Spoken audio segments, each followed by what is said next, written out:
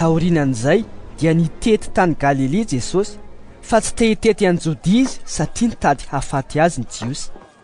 Efa akaiky moa ny andro firavoravon'ny Jiosy, dia ny fety ny tranon'ny ratsan-kazo koa hoy ny rahalany taminy. Miala eto ianao ka mandehana ho any Jodia mba ho hitan'ny mpianatra ao koa ny asa izay ataonao. Fa tsy misy olona manao zavatra amin'ny takona, nefa ny tenany dia mitady ho hita miharihary. Raha manao izao zavatra izao ianao dia miseho amin'izao tontolo izao. Fa na dia ny rahalany aza tsy nino azy, dia hoy Jesosy taminy: tsy mbola tonga ny fotoan'androko, fa ny fotoananareo dia vonona lalandava. Tsy afaka mankahala anareo izao tontolo izao, fa izaho no alany satria izaho milaza fa ratsy ny asany. Miakarany amin'ny andro firavoravona ianareo, fa izaho tsy mbola hiakatra ho amin'ity andro firavoravona ity satria tsy mbola tonga ny fotoan'androko. Rehefa avy nilaza ireo tenin'ireo taminy izy, dia mbola nitoetra tany Galilea ihany. Rehefa lasa niakatra ho amin'ny andro firavoravona ny rahalainy, dia niakatra koa izy, nefa tsy mba nisehoseho fa toy ny afinafina. Ary ny Jiosy dia nitady azy tamin'ny andro firavoravona ka niteny hoe: aiza izy? Ary nitakoritsika azy be ihany ny vahoaka.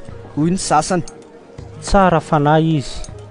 Fa hoy kosa ny sasany: tsia, fa mamitaka ny vahoaka izy. Nefa tsy nisy saniresaka azy miharihary noho ny fahatahorany ny Jiosy. Rehefa nisasaka ny andro firavoravona, dia niakatra tao amin'ny tempoly Jesosy ka nampianatra. Gaga ny Jiosy ka niteny hoe: ahoana no nahaizan'ilay tiany soratra nefa tsy mba nianatra izy? Dia hoy ny navalin'i Jesosy azy hoe: tsy ahy ny fampianarako fa an'izay naniraka.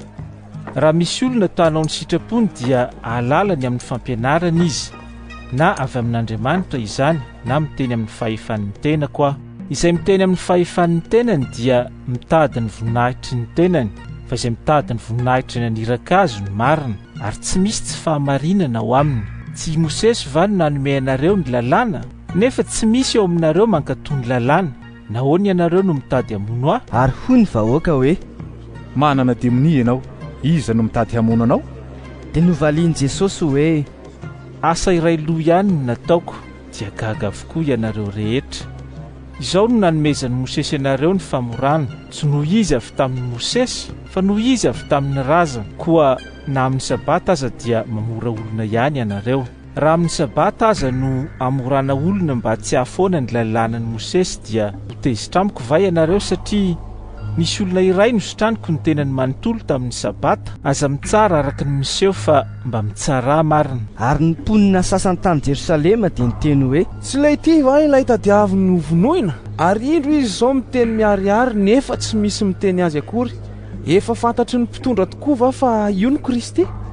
Fantatsiaka izao anefa ny havian'ilay io, fa raha avy Kristy dia tsy misy mahalala izay haviany.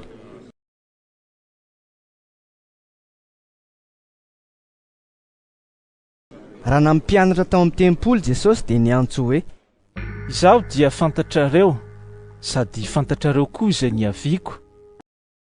Ary tsy avy amin'ny fahefan'ny tenako aho, fa marina ny naniraka izay tsy fantatrareo. Izaho mahalala azy, fa izy no niaviako, koa izy no naniraka. Dia nitady hisambotra azy ny olona.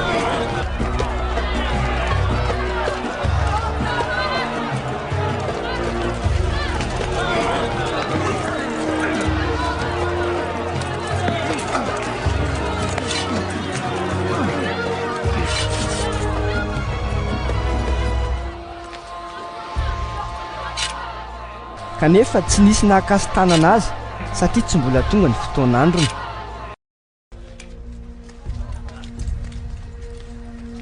Ary maro ny vahoaka no nino azy ka niteny hoe: raha tonga Kristy, moana famantarana maro mihoatra noho ny nataon'ity lehilahy ity va izy?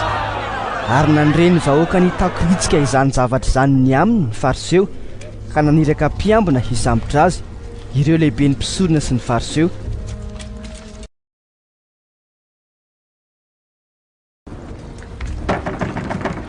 Dia hoy Jesosy: kely foana ny mbola hitoerako aminareo dia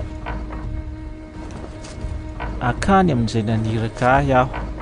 hitady ahy ianareo fa tsy ahita, ary izay hitoerako dia tsy azonareo ale. dia ny fampiresaka ny Jesosy hoe aiza moa no alehan'ilay ity no tsy ho hitantsika? Hankany amin'izay miely any amin'ny Grika va izy ka hampianatra ny Grika? Ahoana moa izao teny nolazain'izao hoe hitady ahy ianareo nefa tsy ahita, ary izay hitoerako dia tsy ho azonareo ale?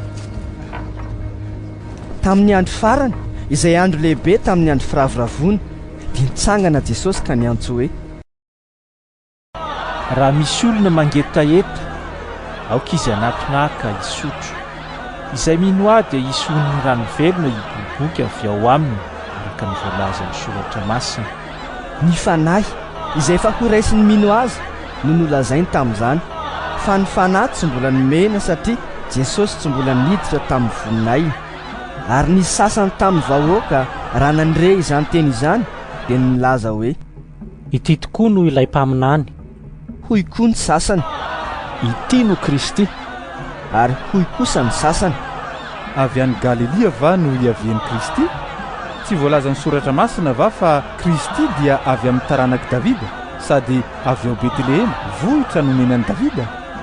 dia nisaratsainany amin'ny Jesosy ny vahoaka, ary nitady hisambotra azy ny sasany, kanefa tsy nisy nahakasitanana azy. Ary niverina nankeo amin'ireo lehibe ny mpisorona sy ny fariseho ireo mpiambina, ka nanontaniany hoe nahoana ianareo no tsy nitondra azy? dia namaly ireo mpiambina hoe tsy mbola nisy olona niteny tahaka izany. ary hoy ny fariseho tamin'izy ireo hoe voafitaka koa va ianareo? Moa misy mpanapaka na fariseho mba nino azy? Fa voaozona ireto vahoaka ireto izay tsy mahalala ny lalàna. ary Nikodemosy izay iray tamin'ireo mpanapaka ilay efa niresaka tamin'i Jesosy teo aloha dia niteny tamin'ireo hoe moa manameloka olona va ny lalàna antsika raha tsy mbola miaino azy aloha ka mahafantatra izay nataony? fa hoy izy ireo taminy ianao koa angamba avy any Galilia?